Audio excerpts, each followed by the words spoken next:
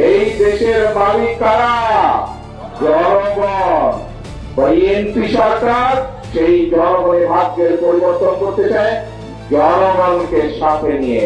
প্রিয় ভাই বোনেরা, আজকে সময় এসেছে মানুষের ভাগ্যের পরিবর্তনের জন্য যে কাজগুলো সেগুলো একদিকে সফল করা, আরেকদিকে যারা ন্যায় বিচারকে, সঠিক বিচারকে বাধাগ্রস্ত করার জন্য বিভ্রান্তি ছড়াচ্ছে, আরেকদিকে যারা মানুষের জন্য গৃহীত কর্মসূচিকে বাধাগ্রস্তের জন্য বিভ্রান্তি ছড়াচ্ছে, তাদের ব্যাপারে বাংলাদেশের মানুষকে সজাগ থাকতে হবে।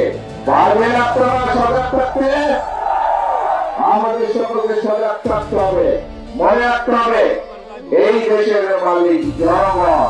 বিধি সংখ্যক মানুষ এসে বিভ্রান্ত ছড়াবে আর তারা সফল হয়ে যাবে, মানুষের ভাগ্যনি তারা ছিনিয়ে ফেলবে।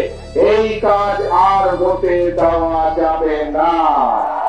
যারা জনগণের সাথে থাকবে, জনগণের পাশে থাকবে, জনগণের জন্য কাজ করবে, বাংলাদেশের জনগণ তাদেরকেই সাথে নিয়ে এই দেশকে রক্ষা করবে যে কোনো ষড়যন্ত্রের হাত থেকে।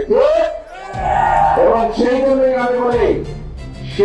আমি বলি এই দেশ আমাদেরকেই গড়ে দিতে হবে, এই দেশ আমাদেরকেই করতে হবে, জনগণকে সাথে নিয়ে করতে হবে। নিজের দেশ, আপনি নিজের ক্ষেত খামারি, নিজের ঘর বাড়ি যেভাবে নিজে গড়ে তুলেছেন, নিজে যত্ন নিয়েছেন, দেশটাও আমাদের সকলের নিজের। এইখানে আমরা যত মানুষ উপস্থিত হচ্ছে প্রত্যেকে হচ্ছে এই দেশের অংশীদার, প্রত্যেকে হচ্ছে এই দেশের মালিক। কাজেই আমার ঘর আমাকেই দেখতে হবে, আমাদের দেশ আমাদেরকেই দেখতে হবে। আমাদের দেশের স্বাধীনতা, আমাদের দেশের সার্বভৌমত্ব, আমাদের দেশের মানুষের স্বার্থ আমরাই দেখবো এবং যে কোনো ষড়যন্ত্র প্রতিহত করবো আমরা। ইনশাআল্লাহ পারবে।